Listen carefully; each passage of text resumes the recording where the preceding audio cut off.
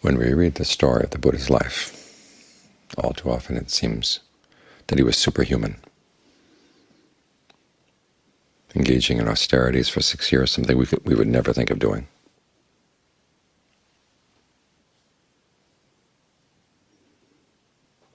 It seemed like he was able to give up things as soon as he saw that there would be any least little bit of harm in doing something. He was able to give it up.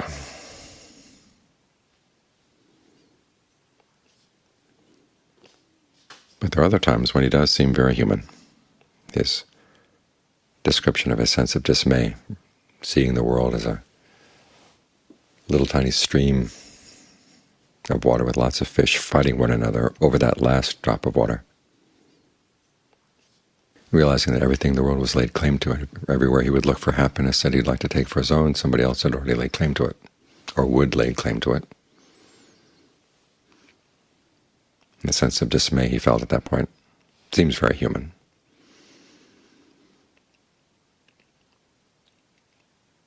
There's another point where someone comes to see Ananda and says, this business about the monks giving things up, it seems hard to imagine.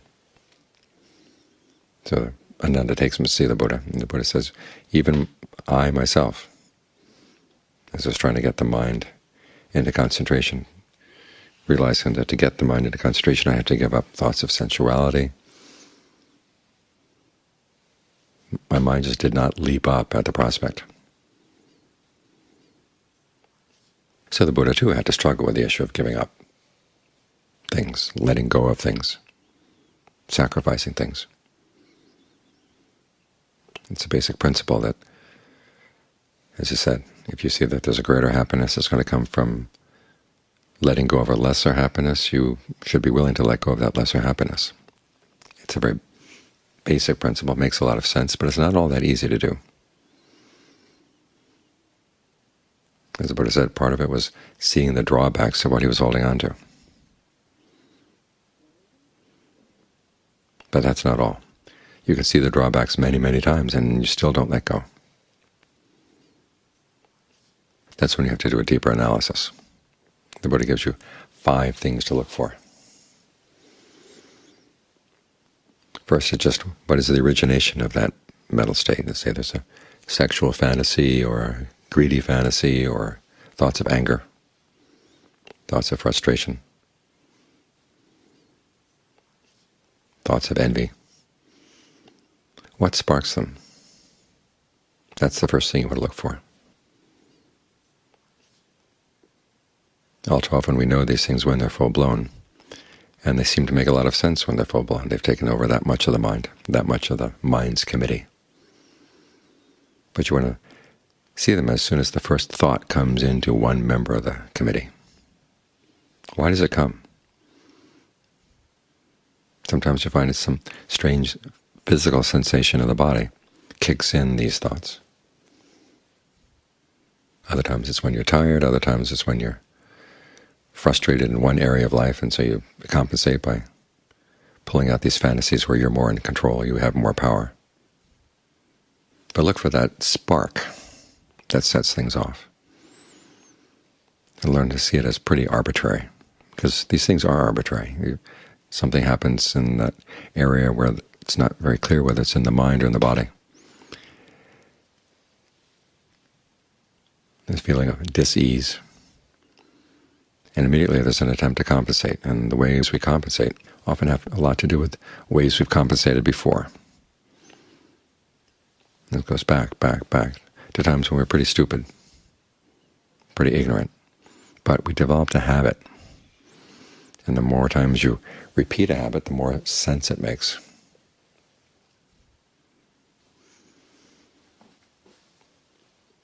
So learn how to look at this as just something that comes, and when it comes it's going to have a cause. See what the spark is. And then also begin to see how these things pass away. Because it's not the case that they're always there. You can be angry for an hour, but are you really angry for the entire hour, or is it just something that comes in bits and spurts, and then stops for a bit, and then you dig it up again and run with it for a while, and then it dies out? You want to see it dying out. So you begin to realize it's not as scary as you thought. It's not as monolithic as you thought, it's not as big as you thought.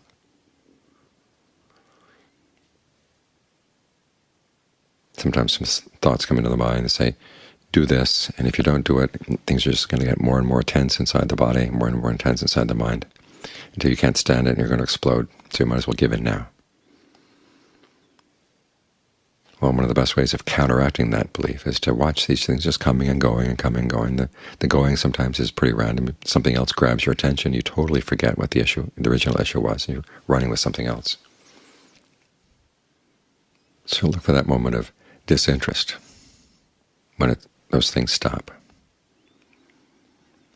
And seeing the arising and passing away of these things gives you an insight that's really important, that they are separate from you. If something really were you, you wouldn't see it arise. Because after all, you'd be arising at the same time. You weren't there beforehand. But to see something pass away, you realize, oh, it's not me. Because if it were really me, I wouldn't have lasted after it stopped. This helps you see something that the Buddha says is really important. You want to understand things, you have to see them as something separate. Particularly, he says, see these things as aggregates that are something separate. And that's a good way of analyzing things, because the whole terminology of the aggregates sounds a little foreign sometimes, but it's actually very directly related to how we shape thoughts and run with them and drop them.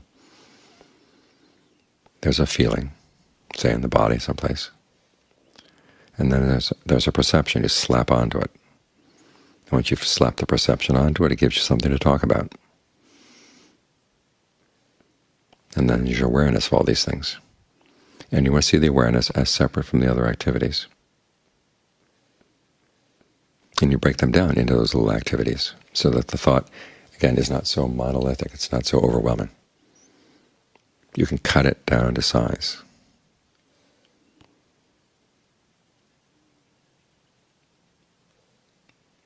At the same time, you also begin to realize how much effort you're putting into keeping these things going, because they're ready to drop away at any point, but you stir them up again, stir them up again.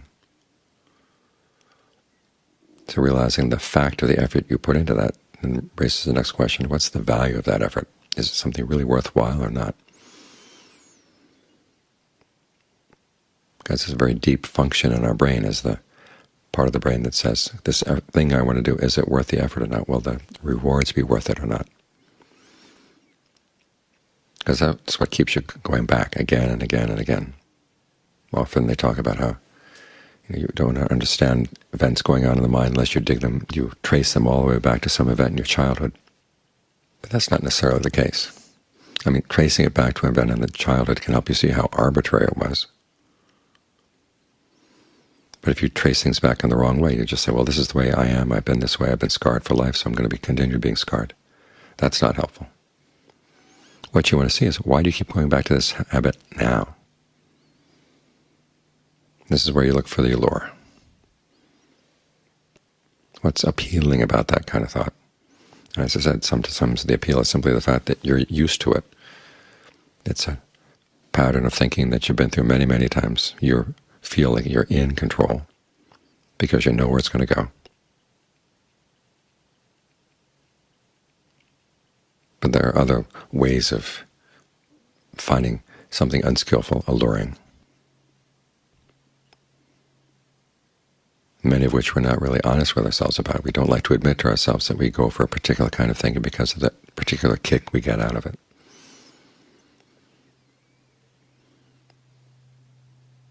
But if you can calmly ask yourself, what do I look for in this? And you have to look again and again and again to see what the allure is, especially if it's the kind that you like to hide from yourself. But there will come a time when you suddenly see, oh, I went for this because I thought X. The two thoughts appear together. And the allure thought tends to hide very quickly, but if your powers of observation are quick, your alertness is right there. You see this, and when you see how stupid it is, that you don't have to do this, then you let it go. What's the stupidity? That's the other part of the analysis, is seeing the drawbacks. Where does this particular kind of thinking lead? If you were to think it for 24 hours, where would it lead you? then does it really provide any nourishment? It takes a lot of energy to think a lot of these things. But what do you have to show? And why are you so enslaved to this? When you're thinking about those different kinds of happiness, the ones that you're willing to sacrifice for greater happiness, sometimes you find there's something little that you like, and you're not willing to sacrifice it. So you have to look at that very carefully to see the drawbacks of that kind of stubbornness in the mind.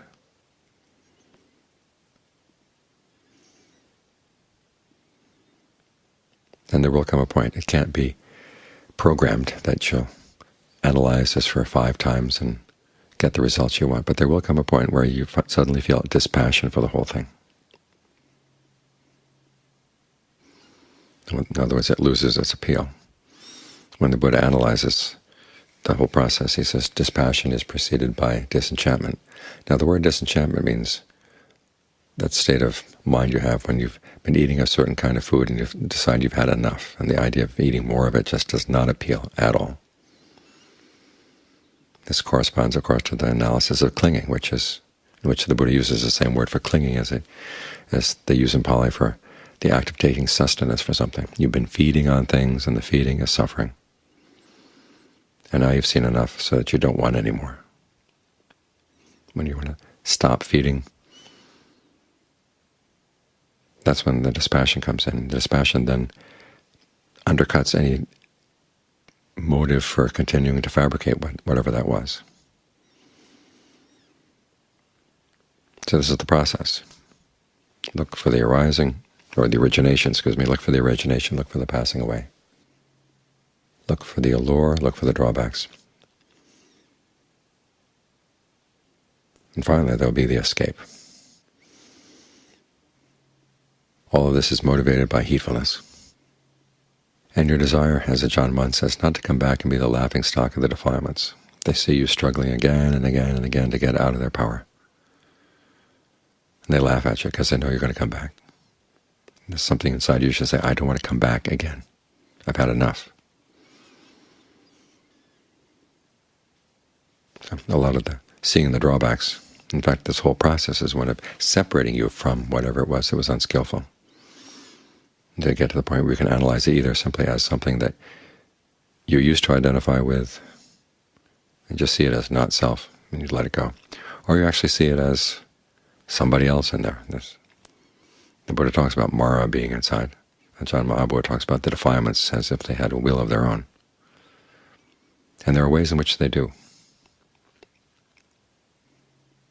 So whatever you can do to separate yourself from them so you can see them as something you don't necessarily have to go with and you don't necessarily identify with.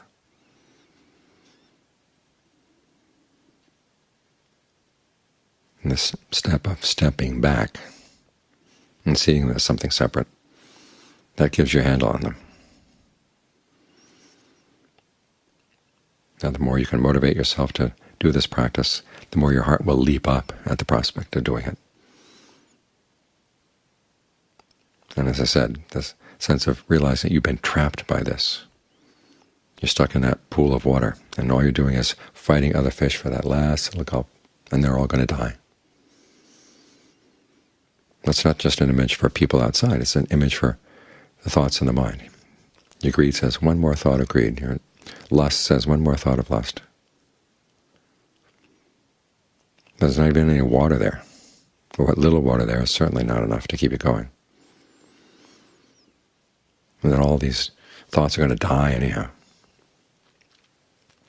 So why do you want to be their slaves? Are you willing to be their slaves?